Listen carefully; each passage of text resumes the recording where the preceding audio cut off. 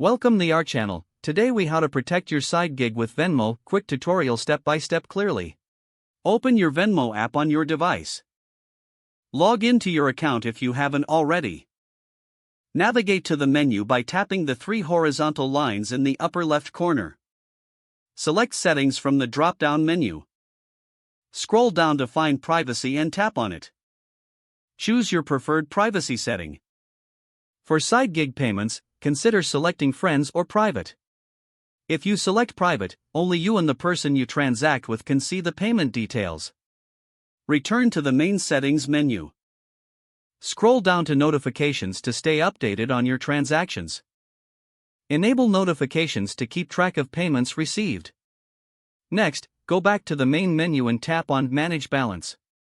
Link a separate bank account for side gig payments to avoid mixing personal and business finances.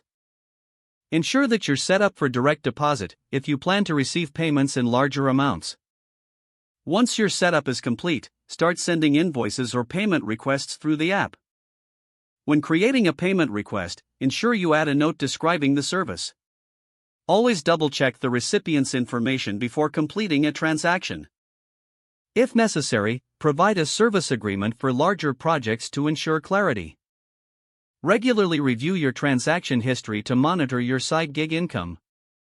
Keep receipts and documentation for tax purposes. Consider creating a separate Venmo account if needed for better organization.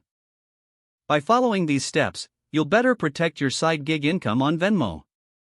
If the page does not load, refresh the browser or try again in a private or incognito window. Make sure you are using the correct email address, then retype it carefully to avoid small typos. If your password is not accepted, use the reset option and create a new strong password you can remember. Check your spam folder for verification or security emails, then complete any requested confirmation steps. Enable two-factor authentication if available to improve account security and reduce unauthorized access risk.